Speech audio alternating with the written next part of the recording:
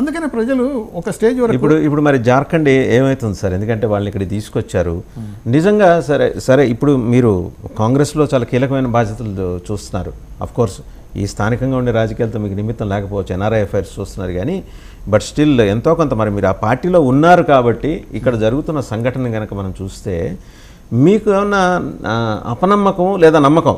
వాళ్ళు ఖచ్చితంగా వెళ్ళిపోతారని నమ్మకం, అపనమ్మకం ఏంటంటే ఉండరేమోనని ఒక అపనమ్మకం, అలాంటిది అనిపిస్తోందా? అంటే ఇప్పుడు మీరు అంటే ఇన్ టోటో ఆ 40 మందిని తీసుకెళ్ళి మెర్జ్ చేసుకొని బీజేఎల్పీ ఏర్పడుతుంది అంటారా మీరు? అక్కడ భారతీయ జనతా పార్టీ లెజిస్లేటివ్ పార్టీలో మెర్జ్ అయిపోతుంది అంటారా? ఇప్పుడు 39 మంది వచ్చినట్టు ఇప్పుడు మనకు ఉన్న సమాచార ప్రకారం అంటే వీళ్ళందరినీ తీసుకుపోయి అందరినీ కొనుక్కొని బీజేపీ మొత్తానికి తీసుకెళ్ళి బీజేపీకి సపోర్టర్గా లేకపోతే వాళ్ళు కలుపుకోవడం అనేది జరుగుతుంది కాదు. ఇప్పుడు గవర్నెన్స్ ఫార్మేషన్ అప్పుడు ఓకే, ఇప్పుడు సోరెన్ను అది ఈడీ ఇంట్రాగేట్ చేసింది, తర్వాత అరెస్ట్ చేసింది, ఆయన రిజైన్ చేసేసారు, మళ్ళీ చంపై సోరెన్ గారు ఎన్నుకున్నారు. కానీ ఆయనను అసలు ఇన్వైట్ చేయకుండా గవర్నర్ అబ్సల్యూట్ మెజారిటీ ఉన్న పార్టీ రిటర్న్గా రిక్వెస్ట్ చేసి ఇలా సో ఈయనను ఎన్నుకున్నాము, ఈయనను పిలవండి అని అంటే ఆయన తీసుకున్న టైము, ఆయన చేసిన బిహేవియర్ ఇంకేముంది. గవర్నర్స్ అంటే అందరికీ తెలుసు కదా, ఇప్పుడు అంటే సెంట్రల్ గవర్నమెంట్ ఏం చెప్తే అది చేస్తారు. సో అదే నెక్స్ట్ బీహార్ చూసాం, నితీష్ కుమార్ గంటలలో ఇటు రిజైన్ చేయడం, మళ్ళీ కావటం, రీఇన్స్టేట్ చేయటం, స్వేరింగ్ ఇన్ అయిపోవటం. మరి దీనికి ఎందుకు డిలేస్ అని అంటే ఈ టైం గ్యాప్. అంటే నితీష్ గారికి ఏది ఆలస్యం ఆయన ఇష్టపడరు సార్, వెంబడెంబడి అయిపోవాలి. అయ్యో, ఏడోసారి ఇప్పుడు 9వ అదే అంటే ఎందుకంటే నేను ఆడ్ నెంబర్స్ ఆయన పెట్టుకుంటారు కాబట్టి 9సారి. అదే ఇప్పుడు ఇక వారు ఏ నెంబర్ పెట్టి ఏదైనా గంటల వ్యవధిలో అయిపోవాలి, అంతే కదా, గంటల వ్యవధిలో. కానీ ఆయన అదే చెప్తున్నాను. అంటే నేను అనేది ఏంటి సార్, నాకు basic doubt, as senior Congress leader నాకు చెప్పండి, ఇప్పుడు వీళ్ళకి తగినంత బలం ఉంది సోరెన్ గారి ప్రభుత్వానికి, మళ్ళీ బల నిరూపణకి అడగాల్సిన అవసరం ఏమొచ్చింది? అంటే ఇప్పుడు కాన్స్టిట్యూషనల్ కదా, ఇప్పుడు నెసెసిటీ అంటారు, అది రాజ్యాంగం పరంగా అంతే కదా. ఇప్పుడు ఆయన అదే పార్టీలో ఇంకొక నాయకుడిని వాళ్ళు ఎన్నుకున్నారు, ఒక ఆయన అరెస్ట్ అయ్యి జైలుకి వెళ్ళాడు, అయినా వాళ్ళ నంబర్ వాళ్ళకు ఉంది కదా. నంబర్ ఉండొచ్చు, కానీ అందరు ఈయనకే సపోర్ట్ చేసినట్టు మనకు కాన్స్టిట్యూషనల్ వ్యాలిడిటీ ఇవ్వాలి కదా. ఇప్పుడు రాసిచ్చారు, దానికి 10 రోజులు ఎందుకు, సేమ్ డే చేయొచ్చుగా. ఎగ్జాక్ట్లీ అదే కదా. ఇప్పుడు మనకు ఇప్పుడు కాంగ్రెస్, ఇప్పుడు జేఎం కాంగ్రెస్ ఏదైతే ఈ కూటమి మీద ఉందో వాళ్ళు ఎమ్మెల్యేలను ఇక్కడ దాకా తీసుకొచ్చి సేఫ్గా ఉంచుకోవటం అనేది ఎందుకు జరిగింది అని అంటే అందుకని. అదే కనుక సేమ్ డే కాకపోతే నెక్స్ట్ డే అయిపోయి ఉంటే ఇటువంటి దానికి రావు కదా. ఇప్పుడు అదే ఇప్పుడు మనం అందుకనే wastage of money, wastage of time, unnecessary ambiguity, ఇవన్నీ వీటన్నిటికి దారి తీసే జనం అందరూ జార్ఖండ్ గురించి మాట్లాడుకోవాలి, ఏదో జరిగిపోతుందని. అంటే అసలు సమస్య నుంచి జనం డైవర్ట్ చేయడం. ఎగ్జాక్ట్లీ మీరు అనేది ఎగ్జాక్ట్లీ కరెక్ట్. అసలు సమస్యలు, ప్రజలకున్న సమస్యల మీద దృష్టి పెట్టి వాటి సమస్యలు తీర్చే విధానంగా స్టెప్స్ తీసుకుని ప్రభుత్వం ఎప్పుడు ఇటువంటి ఆలోచించదు. అవి చెయ్యలేక, అసలు చిత్తశుద్ధి లేక ఇటువంటి అన్నిటి మీద డైవర్ట్ చేయడానికి ఇది నేచురల్. ఇప్పుడు ఈ వారం రోజులు డిలే చేస్తే వారం రోజులంతా ఇదే ఉంటుంది, ఇదే మాట్లాడుకుంటారు దేశం మొత్తం మీద, దేశం మొత్తం ఇదే ఉంటుంది. ఒకవేళ ఇప్పుడు అదే చెప్పాం కదా, ఏక్నాథ్ షిండే గారిది ఏం జరిగింది, ముందు నెక్స్ట్ సూరత్కు పంపించారు, సూరత్ నుంచి మళ్ళీ గౌహతికి ఎయిర్ లిఫ్ట్ చేశారు వాళ్ళందరినీ. అంటే ఆ ప్లానింగ్ ఇప్పుడు మనం మొత్తం 80 నుంచి ఇప్పటి వరకు తీస్తే కాంగ్రెస్ పార్టీ తరపు నుంచి ఎమ్మెల్యేస్ను ఎయిర్ లిఫ్ట్ చేసి తీసుకుపోయింది 1-2 దాఖలాలు. 80% 90% మొత్తం BJP, non Congress, BJP associate or main పాత్రధారి, అంటే మొత్తం కనెక్టెడ్ అని. అంటే ఇప్పుడు ఈ డిఫెక్టివ్ సిస్టమ్ ఏదైతే యాంటీ డిఫెక్షన్ లా మ్యాక్సిమం ఉపయోగించుకున్నది ఇప్పుడు బీజేపీ. ఈ లా కన్నా ముందు కూడా బీజేపీ మొదలుపెట్టింది, ఎందుకంటే దేవిలాల్ కాంచి మొదలైంది కదా 82లో. సో అందుకని ఆ నేచర్ అలా ఉంది కాబట్టి ఇప్పుడు వీళ్ళు భయపడ్డారు కాంగ్రెస్, జేఎంఎం వాళ్ళు. ఈ మనిషి నేచర్ ఏంటి, ఎంత డబ్బు పెట్టైనా కొనగలుగుతాము, పొజిషన్స్ ఆఫర్ చేసి తీసుకోగలుగుతాము.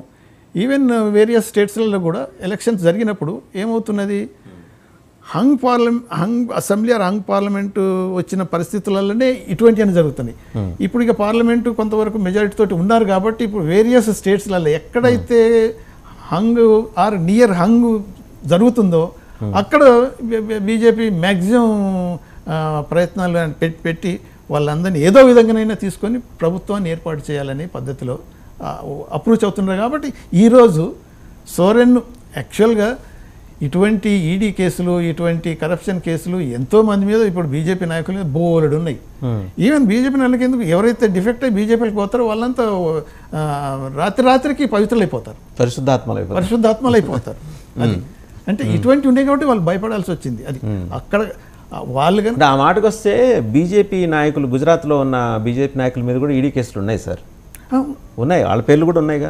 లేదు ఇప్పుడు ఉపేక్షించట్లా ఈడీ ఏమి వాళ్ళని వీళ్ళని అని సమంగా చూస్తుంది. అసలు గుజరాత్ వాళ్ళనే ఎక్కువ టార్గెట్ చేసింది. ఆ మాటకు వస్తే ఎంతమందిని అరెస్ట్ చేశారు చెప్పండి? అరెస్టులు దాకా జరిగి ఉండవచ్చు. ఇప్పుడు ఆ మాటకు వస్తే ఇక్కడ అరెస్టులు ఏం జరగలేదు. తెలంగాణలో కూడా ఈడీ కేసులు ఉన్నాయి. ఎవరైనా అరెస్ట్ చేశారా? ఇప్పుడు అదే కదా, ఇప్పుడు ఒక కేజ్రీవాల్ క్యాబినెట్ లో వాళ్ళని అరెస్ట్ చేస్తున్నారు, ఎవరిని అరెస్ట్ చేయట్లా.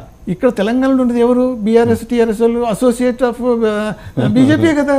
వాళ్ళు అంగీకరించారు సార్ మీరు ఆ మాట అంటే. అంగీకరించకపోవడం అందుకనే కదా ప్రజలు ఓటేయింది. యాక్చువల్గా ఇప్పుడు ఉన్నమాట మనం ఏ పార్టీలో అందుకు వేయలేదా, లేకపోతే వాళ్ళు అదే అని మీరు చేసిన ప్రచారం వల్ల ఓటేయలేదా? లేదు, ప్రచారానికి ప్రజలు మోసపోయే స్టేజ్ కొంతవరకు దాటిపోతున్నారు, ప్రజలు తెలియమారుతున్నారు. ఎందుకు ఇప్పుడు అదే మొన్న జరిగిన ఎలక్షన్లో చూస్తే ఇప్పుడు డబ్బు పెట్టి ఏదైనా కొనగలుగుతాను, కేసీఆర్ అనేది మొత్తం అపోజిషన్ పార్టీలందరికీ నేను ఫైనాన్స్ చేస్తాను, నెక్స్ట్ ఎలక్షన్స్ నన్ను కన్వీనర్ చేయండి, నేను నెక్స్ట్ పిఎం అవుతాను, బీఆర్ఎస్ చేశాను అని అంత అంటే దురుస్తనం, అంటే ఏమంటారు యారోగెంట్ వేలో పోయినప్పుడు ఇక్కడ ఎంతో ఖర్చు పెట్టిండు. అంతే మాకు వచ్చిన ఫీడ్బ్యాక్ అని చెప్తుంటారు కదా, కొన్ని ప్లేసులలో స్లిమ్ మెజార్టీతో ఓడిపోయింది కాంగ్రెస్. ఎందుకురా ఓడిపోయినారంటే, సార్ వాళ్ళు ఎంతో డబ్బు పెట్టారు, మన వాళ్ళు ఇంకా కొద్దిగా ఖర్చు పెట్టారంటే లేవయ్యా మా దగ్గర అంటుంటే మరి ఏం చేస్తాం అంటే కొన్ని ప్లేసులలో. సో మీరు ఓడిపోవడానికి మీరు డబ్బు ఖర్చు పెట్టకపోవడం కారణం అంటారా? కొంతవరకు, అన్ని కాదు, కొన్ని ప్లేసులలో అది జరిగింది. తర్వాత వాళ్ళు కూడా ఎక్కువ కొన్ని ఇప్పుడు అదే డబ్బే గనక ముఖ్య కారణం అయ్యుంటే కాంగ్రెస్ గెలవకపోవు. ప్రజలు తెలివి మారి డబ్బు తీసుకున్నా కానీ ఇక చాలు, ఇంతకంటే ఎక్కువ భరించలేము, నీ ఏదంటారు పరిపాలన, మీ దుష్ట పరిపాలన, తర్వాత ఏకఛత్రాధిపత్యం, ఇక చాలు, నీ అహంకారం ఇక చాలు, నువ్వు ఇంటికి పోవాల్సిందే అని వాళ్ళు ఎన్ని ప్రలోభాలు ఎంత చేసినా కానీ ప్రజలు కొంతవరకు తెలియమారి చేశారు. అదే అంటే అదంతా జరిగింది రూరల్ ఏరియాలో మ్యాక్సిమం. రూరల్ ఏరియాలో ఎందుకు జరిగిందంటే చూసి ఇప్పుడు ధరణి ఉంది, తర్వాత ఇప్పుడు ఏమన్నాడు, ఇది కాళేశ్వరం, అది బేటిగడ్డ కాళేశ్వరం, అది main cause, one of the main causes. అంటే ఇవన్నీ ఇప్పుడు పాపాలు బయటకు వస్తున్న కొద్దీ ప్రజలకు కళ్ళ ముందు వస్తే. నిన్న ఇంద్రవల్లి సభలో మా రేవంత్ రెడ్డి గారు చాలా ఎమోషనల్ అయినట్టున్నారు. ఇదేమి కాళేశ్వరం ప్రాజెక్టు కాదు కూల్చేయడానికి, వండబెట్టి తొక్కుతామని చెప్పేసి నేరుగా వార్నింగ్ ఇచ్చాడు. అంటే మీ ప్రభుత్వాన్ని అస్థిరపరిచే ప్రయత్నాలు ఏమైనా జరుగుతున్నాయా తెలంగాణలో? చాలా వరకు నిజమే. ఎందుకంటే మాకు ఎలక్షన్ ముందు నుంచే తెలుస్తుంది, కొంతమందికి క్లియర్గా కేసీఆర్ అంటే బీఆర్ఎస్ పార్టీ అనేది, బట్ ఇక కేసీఆర్, బీఆర్ఎస్ అంటే ఇంకా కేసీఆర్ కేటీఆర్ అంతే. తర్వాత ఇంకొకరు ఇద్దరిని యాడ్ చేయొచ్చు, హరీష్ రావును కవితను కూడా యాడ్ చేసుకోవచ్చు. సో ఇప్పుడు కేసీఆర్ డైరెక్షన్ ప్రకారం ఆల్మోస్ట్ ఒక 25 క్యాండిడేట్స్ కూడా కాంగ్రెస్లో ఉన్న వాళ్ళకు కూడా బోర్డు అంతా ఫైనాన్సింగ్ సపోర్టింగ్ అన్నీ చేసి, ఒకవేళ కొద్దిగా హంగు లెక్క నీరు హంగు లెక్క ఉన్నా కానీ, ఎందుకు 59 వచ్చినా కానీ ఇప్పుడు మన కాంగ్రెస్ ప్రభుత్వం ఏర్పడకుండా చేసేవాడు, క్లెయిమ్ చేసుకునేవాళ్ళు, మేము ఏర్పాటు చేస్తామని.